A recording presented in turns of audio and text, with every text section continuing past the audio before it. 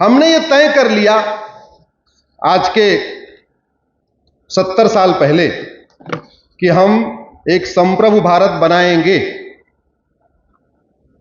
और आज भी हमारे देश में हमारे महापुरुषों को तो पढ़ाया नहीं जा रहा। आज भी उन लोगों को पढ़ाया जा रहा है जो यहां आए, लूटे तोड़े, हत्या किया, बलात्कार किया, मारा पीटा, उनको तो पढ़ाया जा रहा है। लेकिन एक से बढ़कर एक हमारे देश में जो महापुरुष हुए, महान राजा हुए, उनको नहीं पढ़ाया जा रहा। उदाहरण के लिए मरीज को नहीं पढ़ाया जाता, कश्यप को नहीं पढ़ाया जाता, विवस्वान को नहीं पढ़ाया जाता, इक्ष्वाकु को नहीं पढ़ाया जाता, पृथु को नहीं पढ़ाया जाता, त्रिशंकु को नहीं पढ़ाया जाता, धुंधुमार को नहीं पढ़ाया जाता, मानधाता को नहीं पढ़ाया जाता, भरत को नहीं पढ़ाया जाता, असित को नहीं पढ़ाया जाता, सगर को नहीं पढ़ाया जाता, अंशुमान को नहीं पढ़ाया जाता, दिलीप को नहीं पढ़ाया जाता, भगीरथ को नहीं पढ़ाया जाता, रघु को नहीं पढ़ाया जाता, जिनके नाम पे चौपाई है, रघुकुल रीत सदा चली आई प्राण जाय पर। उनके बारे में कोई चैप्टर है क्या? नहीं।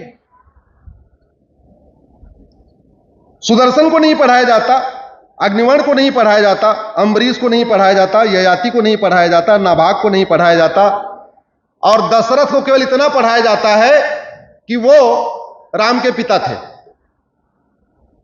बाबर, हुमायूं, तुगलक, गौरी, गजनी का पूरा इतिहास पढ़ाया जाता है, लेकिन दशरथ जी के बारे में केवल इतना पढ़ाया जाता है कि राम के पिता थे, बस। आपको ये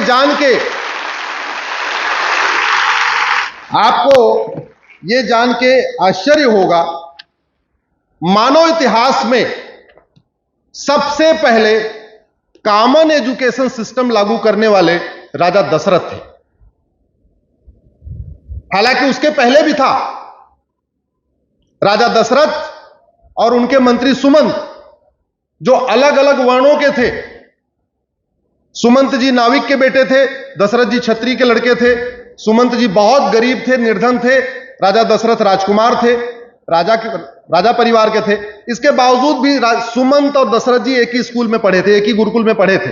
यह व्यवस्था पहले से थी, लेकिन राजा ने उसको इंस्टीट्यूशनल तरीके से इंप्लीमेंट किया कि नहीं, अब आज के बाद, कहते नहीं जियो निकाल देना कि भाई आज के बाद ये नियम लागू।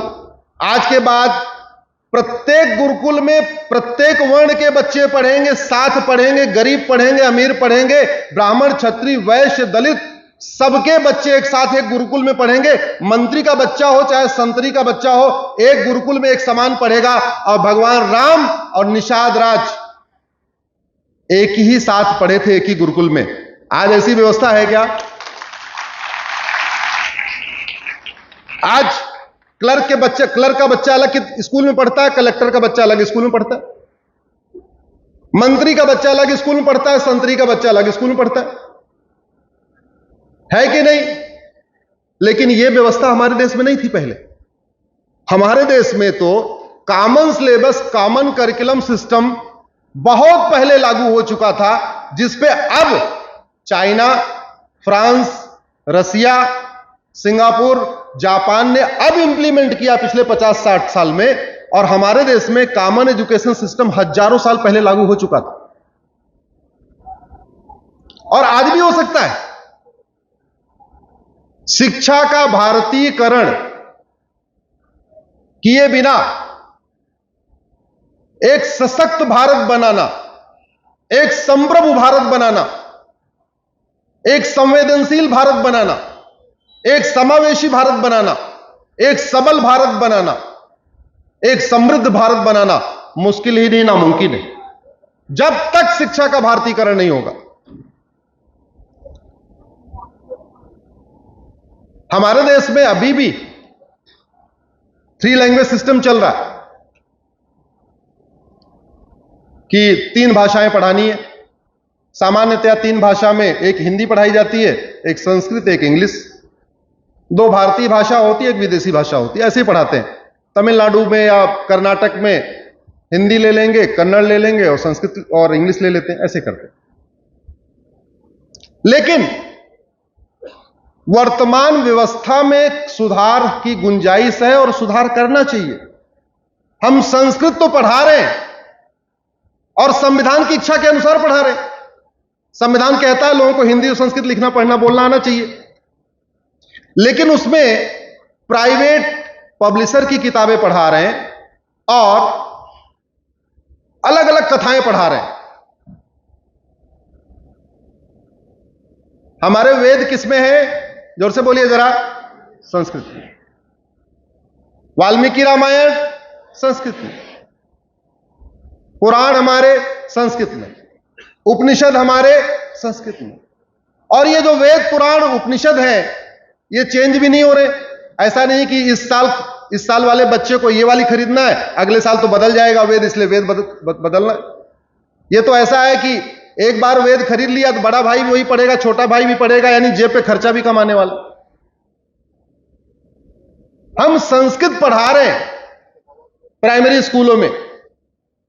अगर उस संस्कृत में प्राइवेट पाठ्य पुस्तकें पढ़ाने की बजाय वाल्मीकि रामायण लगा दें, उपनिषद लगा दें या वेद लगा दें, एक एक क्लास में एक क्लास में एक उपनिषद लगा दिया, अगले साल एक वेद लगा दिया, अगले साल अथर्ववेद लगा दिया, फिर सामवेद लगा दिया, ऋग्वेद लगा दिया, ऐसे जैसे जैसे बच्चा बढ़ता गया हम एक एक वेद लगाते चले गए।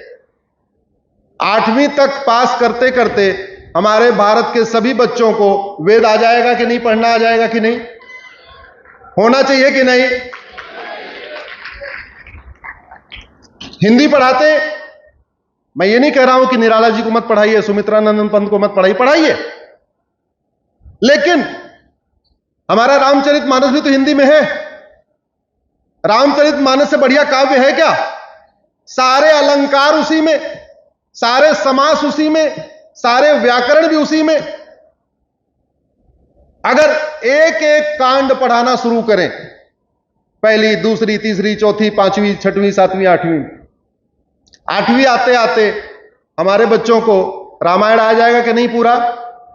आज आता है कि रामायण पढ़ेंगे, राम का चरित्र पढ़ेंगे, राम का भाई के साथ व्यवहार पढ़ेंगे, राम का माता के साथ बिहेवियर कैसे था वो पढ़ेंगे, राम पिता के साथ कैसे व्यवहार करते थे वो पढ़ेंगे, तो माता पिता के साथ सम्मान भी बढ़ेगा, एक जीवन शैली भी पता चलेगी, राम का पूरा आदर्श भी पता चलेगा, और इसी बात लगे हाथों रामायण भी पढ़ लेंगे।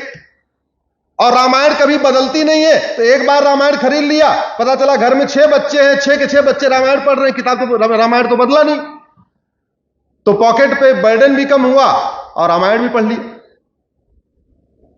संस्कृत भी पढ़ते हैं, हिंदी भी पढ़ते हैं, इंग्लिश भी पढ़ते हैं। आज की डेट में सर इंग्लिश में इतनी किताबें चल रही हैं, प्राइवेट पब्लिशर की किताबें चल रही हैं। अच्छा है, ठीक है, प्राइवेट पब्लिशर लगाइए। भगवत गीता तो इंग्लिश में है ना, दुनिया की सारी भाषाओं में भगवत गीता का ट्रांसलेशन हो चुका है।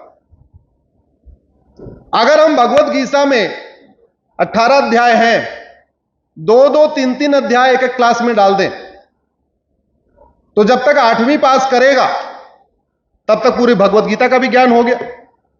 तो गुरु शिष्य की जो परंपरा होती है, अर्जुन और भगवान कृष्ण के बीच में संवाद हो रहा है, और गुरु शिष्य की परंपरा का अर्जुन कृष्ण संवाद से बड़ा कोई एग्जाम्पल ही नहीं। शिष्य पूछता जा रहा है सवाल और गुरु जवाब देता जा रहा है। 1, 2, 3, 4, 5, 6, 70 प्रश्न, 1-2 नहीं, कितने प्रश्न? 70 प्रश्न।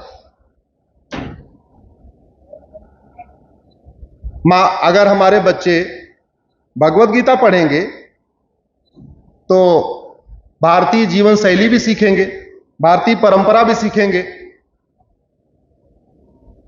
धर्म क्या है अधर्म क्या है ये भी सीखेंगे, युद्ध क्यों होता है, युद्ध से क्या नुकसान होता है इसको भी सीखेंगे, युद्ध कैसे रोका जा सकता है इसको भी सीखेंगे।